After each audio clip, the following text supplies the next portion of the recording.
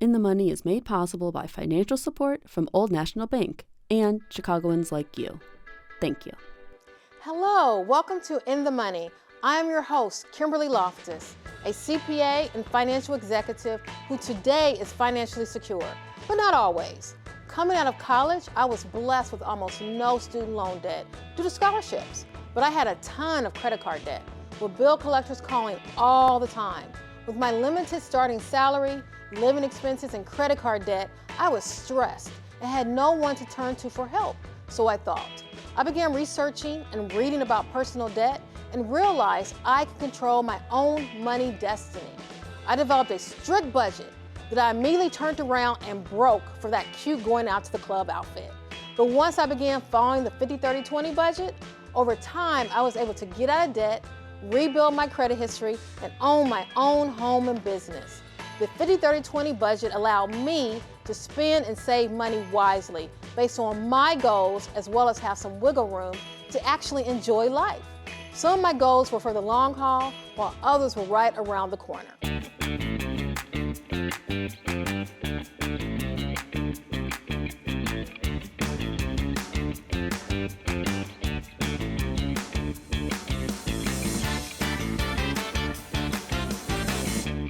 Imagine you're driving a car from Chicago to California for your dream vacation, but you do not have a map or GPS. You end up taking wrong turns, getting turned around, and frustrated to the point you give up and return home. Not having a budget gives you the same result: frustration and hopelessness, blocking you from achieving your goals. Today in our living room, I have Keith Jones, an economics graduate of the University of Illinois Urbana-Champaign, where he played football under Lovie Smith and interned under Congressman Bobby Rush, as well as with the Wealth Management Division of Merrill Lynch. Welcome to the show, Keith. Yeah, thank you for having me. How does the 50-30-20 budget work? Well, 50-30-20 budget, at first I didn't know about it, but breaking down simply, 50% goes to your needs, 30% goes to your wants, 20% goes to debt reduction / savings. So just break it down in simple terms, that's what 50-30-20 rule is. So for the 20%, when you say savings and debt repayment, can you explore that a little bit more? Yeah, so debt reduction basically means that you have credit card bills, you make your minimum payment, but you want to put a little bit extra onto that, and that would be debt reduction there. Versus your savings, when you take a little bit of your paycheck and you put it into a separate account that you do not touch at all. And so. Okay, so when I think about debt repayment, so if I use a 50-30-20 rule and I don't really have, at this point in time, maybe my salary or my needs are too high, does that mean I really can't do debt repayment? Because I see a lot of times people ask the question, should I pay down something or should I save? But sometimes it's just not an option if you use the 50-30-20 rule. Is that the case? No, I don't think that's the case at all. I think each individual is unique. And so whatever your circumstances are, you can make that 50-30-20 rule work for you. It doesn't have to necessarily be exactly 50-30-20, but you always want to make sure that you're putting something in your savings account. No matter how minuscule it is, you want to put something away for a rainy day. So how did you get so good at knowing about budgeting and managing your money, especially at such a young age? Well, at first I struggled like all young people. I struggled at first, but once I joined Merrill Lynch in the Wealth Management Division, I learned how important it was to save. And so myself, I created a Microsoft Excel document that allowed me to kind of break down my paycheck and see what exactly my wants, my needs, and my savings, and what debt I owed.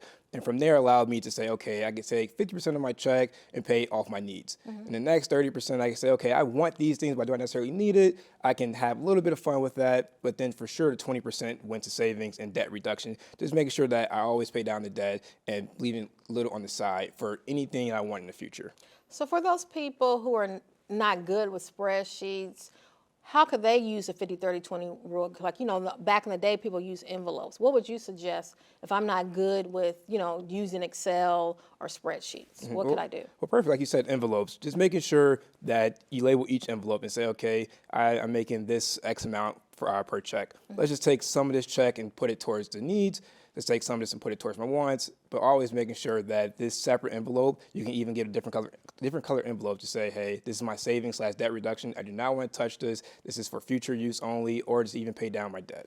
And how could I automate it, this 50-30-20? If I didn't use envelopes, how could I automate it where I actually, every time I get a paycheck, my money goes into whatever that bucket is, what would I do? Right, so you can also set up different accounts as well. So you have your main checking account, you have your savings account. You can also have many savings accounts. I suggest two, to where your main checking account goes your main check, and that's just for your needs and wants. And then that second or third savings account goes for your savings/debt reduction. And you can automate that to where X amount of dollars from your check automatically goes into this account. You never see it. So therefore, if you don't see it, you don't know it's there. So it's an easy trick to even think.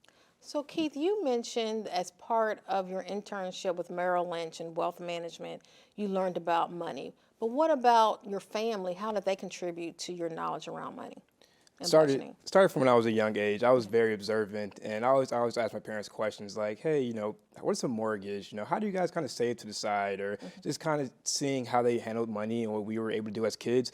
I was very observant of that. And so as I got older, it allowed me to, hey, let me stash a little money here, not tell anybody. So therefore, if I wanted a toy or some food or something like that, I had something to the side. And so it started from that age. And then as I grew older and went into the internship with Merrill Lynch, it just kind of clicked for me.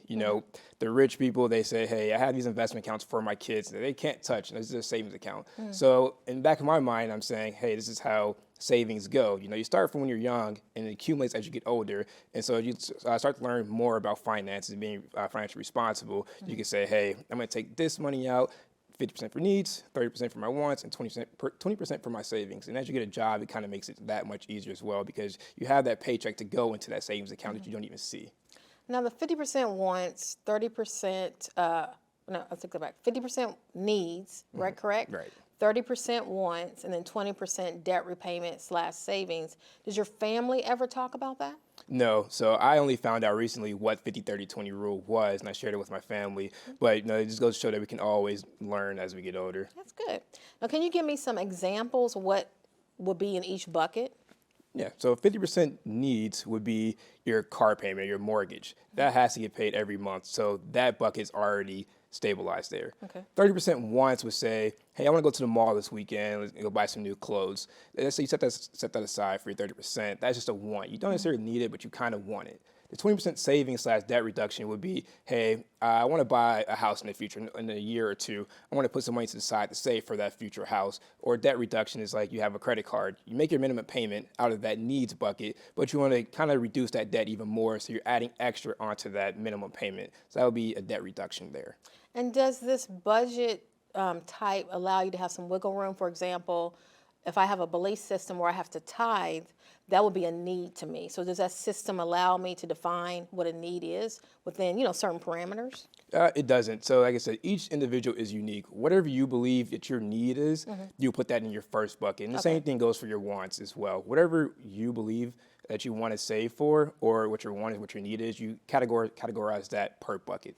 But it can't be like I need those shoes. It has to be something reasonable that's part of your core that you will put it in the need bucket. Correct. Okay, great. And so going back to your family, how did you communicate this 50-30-20 budget system to them? I mean, how did it come up?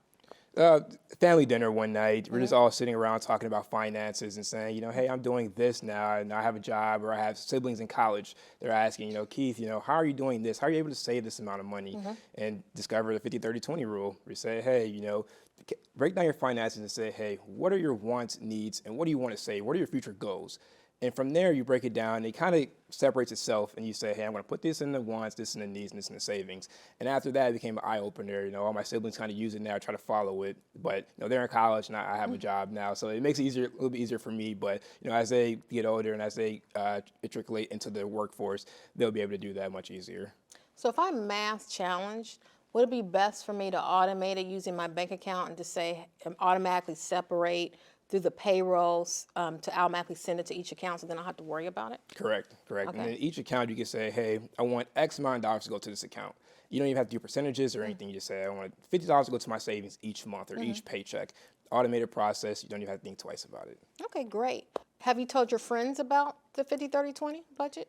I have not yet. Next time I speak with my friends, I am going to mention it. Do you guys have conversation around money or just other things? Oh, we do. We do. A lot of my friends are in the workforce now, and so we kind of bounce ideas off of each other, different investments or different savings plans we can do, and we also have future goals that we want to reach. So we do talk about finances. That's good to know that you guys are talking about it at such a young age, because a lot of times that's not happening. Does your family play a role in you being open with your communicating about money with others? Yes, my family is a very open family. We discuss anything, and finances play a big part in it as well. I believe my parents wanted to instill in us at an early age that finances are very important, and the sooner you understand your finances, the better you are as you get older. You're able to do more things and not kind of restricted based off of overspending or not really understanding what you're bringing in. Do you have any tips for those listening about using the 50-30-20 budget? Oh yeah, just when you're categorizing your budget, just make sure that you're being realistic on what your wants versus what your needs are. Okay. Buying a new pair of shoes isn't a need. The shoes can wait. Right. If anything that you're going to say a month later not using, you're like, why did I buy that? Don't put it in the need category. That's a want category. And then you can go from there and say, hey, well, I guess I didn't need these at the moment. It's just a want. I can put this money into my savings account. If you think about it that way and being realistic with yourself, I think you'd be good to go for the future. How good are you at sticking to a budget? Because I know when I was your age, it was hard because those wants kind of took over. So how do you prevent yourself from doing that? It took me time to really become disciplined in it, honestly. You have friends going out and taking trips. Of course, you want to join your friends, but being disciplined and saying, hey, I don't need to go on this trip. Let me save my money, and then the next trip I can go on. Just being honest with yourself and just saying, hey, take your time, slow down. You're not in a rush. Life is long, so that's all you have to do. Well, thank you, Keith, for that insight on the 50-30-20 rule. I think we learned a lot today about how to use that. All right, thank you so much for having me, Kim. Now joining us in the living room is Keith's biggest fan, his mom, Lisa Jones, as well as Tamika Hill, a licensed clinical social worker. Lisa, how proud you must be of your son. I am. Please share your own money story and how that impacted your family. Yeah, so I was like a lot of people. When I got out of college or even in college, incurred a lot of debt. Credit card debt because I didn't know the 50-30 rule that he just told us, the family 50-30-20. And I actually started out with a lot of debt in college, carried that debt on to marriage, and Keith was too young to really understand or know how we kind of sacrificed and pulled ourselves back together and had to figure out the rules ourselves to get ourselves out of debt and get into a better place so that we could at least show them a better way. Now, how did that impact you with your raising your kids, knowing that you have so much debt and knowing the struggle that caused, assuming that you don't want that same struggle for your kids? Yeah, and it's good to have the show because I think about that all the time, how they never knew that we had so much going on at the time. And I think in my mind, I justified it saying, well, they're in the best schools and they have the best of everything. And so as a parent, you kind of think if they have the best of both worlds, it's okay. Right. The debt is okay because I know that my children are doing better. But as they grew older and they started telling me their dreams and their wants, it was more based on how we raised them to think that they could have anything with no repercussion. So we had to think about that as they got older and as they started wanting more and more, and we started getting older and learning and saying, we don't want to live like that, paycheck to paycheck. We want to have some savings. We want to show them that saving for that particular article and not just getting it right away is what you should be doing. So going back to where you're saying you taught your kids that they can have everything.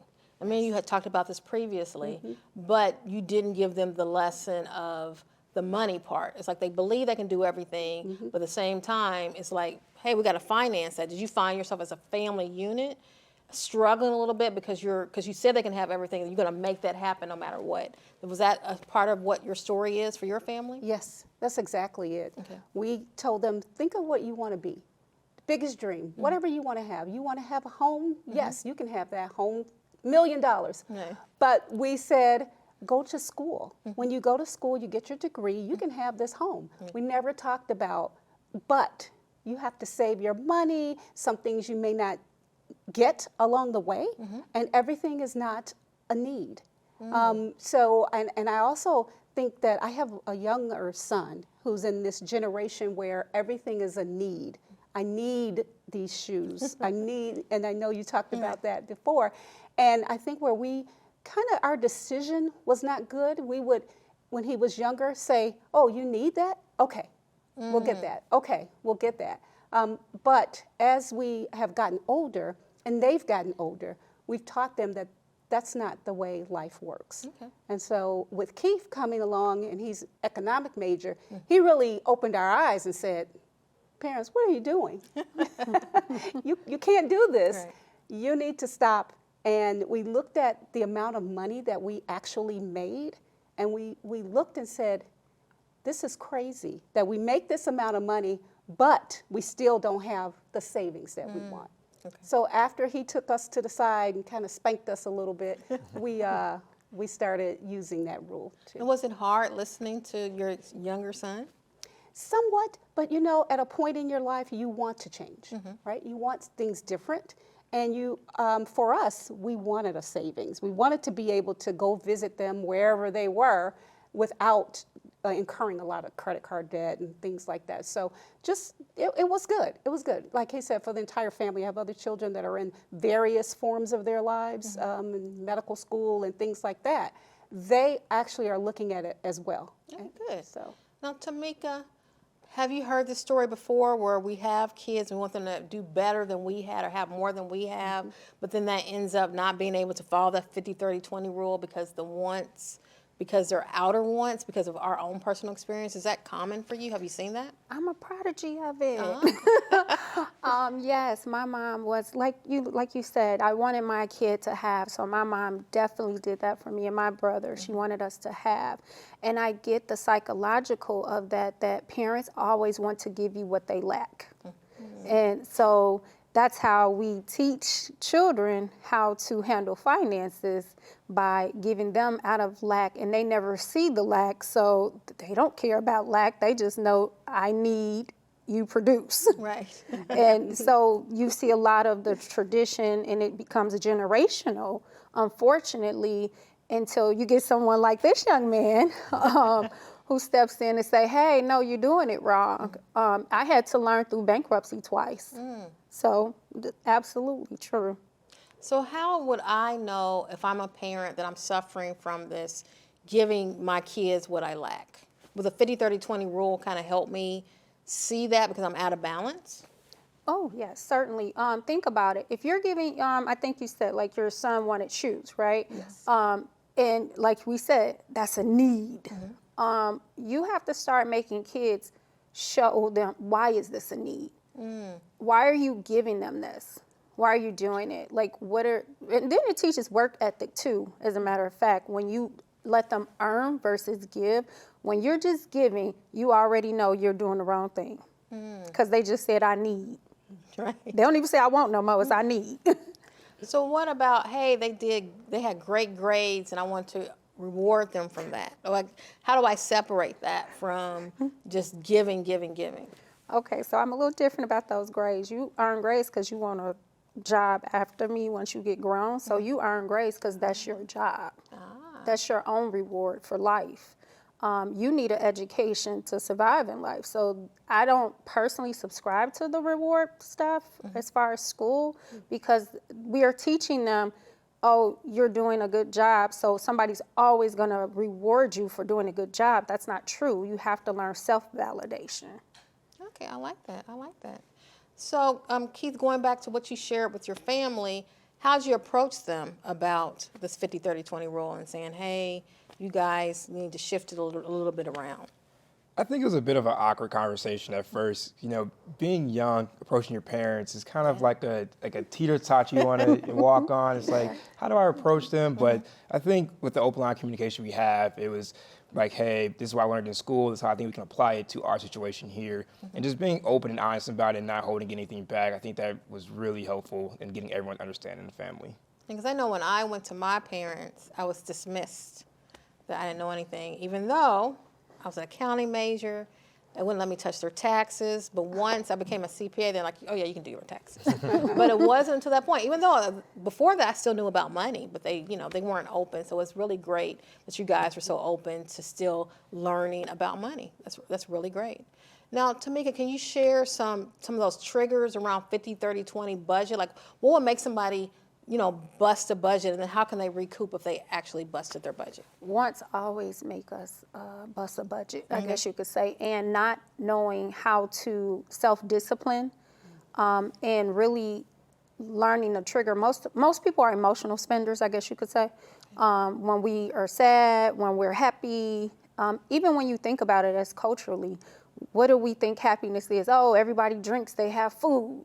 So we do things to make us feel better. And you have to know that, okay, if I'm buying things and to make myself feel better, that's obviously a trigger. That's a no-no. Because obviously you probably have way too much stuff in your closet that you don't need.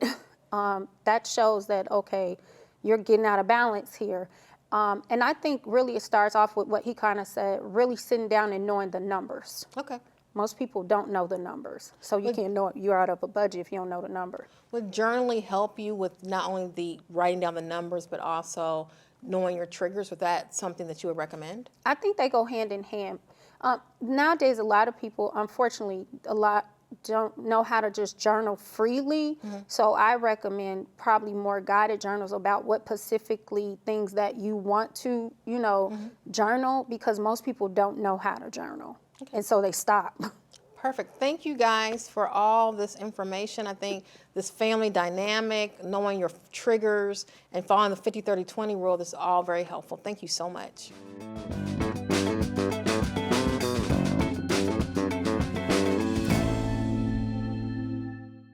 Now we're going to talk about budgeting. Budgeting 101. What I'm going to teach you today is I really want you to think about how to budget like a boss. When we budget effectively, we are getting control over our finances. It's going to keep you focused on your financial goals, and you're going to know where every penny of your money is going. It's going to help you save for unexpected and expected expenses in life, and it's really going to show you how to save money. I can just tell you that everyone should be working on a budget. A budget is something that really gets you in control of your money, and the more and quickly you use this, it's really going to help you obtain those things in life that you want. So let me first define what is a budget. Essentially, a budget is a spending plan. It's going to have your money coming in and money going out, and the whole point is to have more money coming in than going out. So conceptually, the process sounds simple.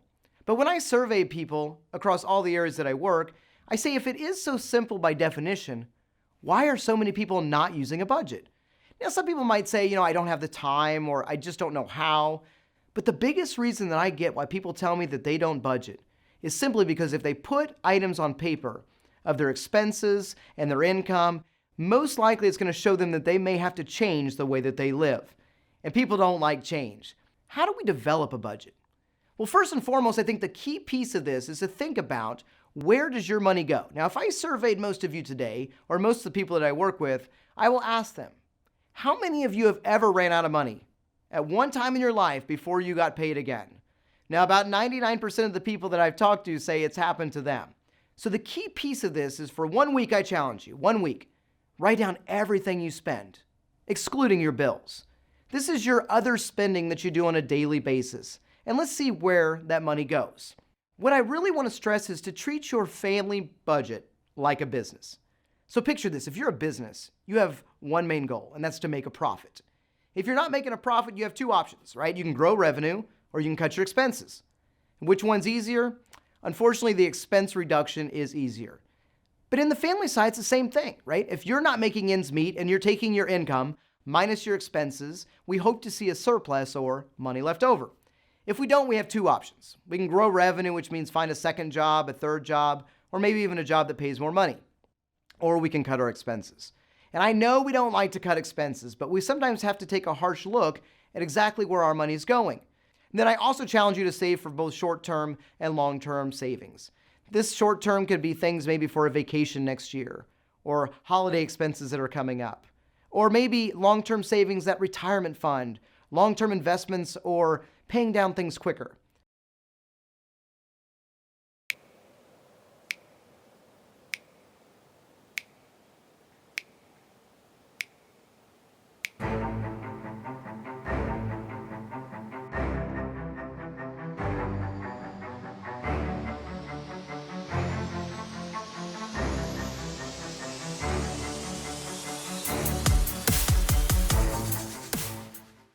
Imagine you decide to try again to take that dream vacation to California, because now you are armed with your map.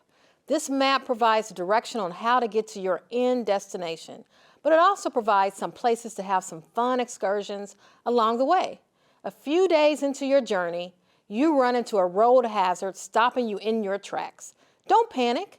Recognize your own negative money triggers that impact you sticking to the 50-30-20 budget. Adjust and fix that flat tire and keep it moving. My money challenge to you is to create your own 50-30-20 budget for at least 90 days based on your long-term and short-term life goals. Don't forget to automate and let 50-30-20 provide you the freedom to enjoy your money journey.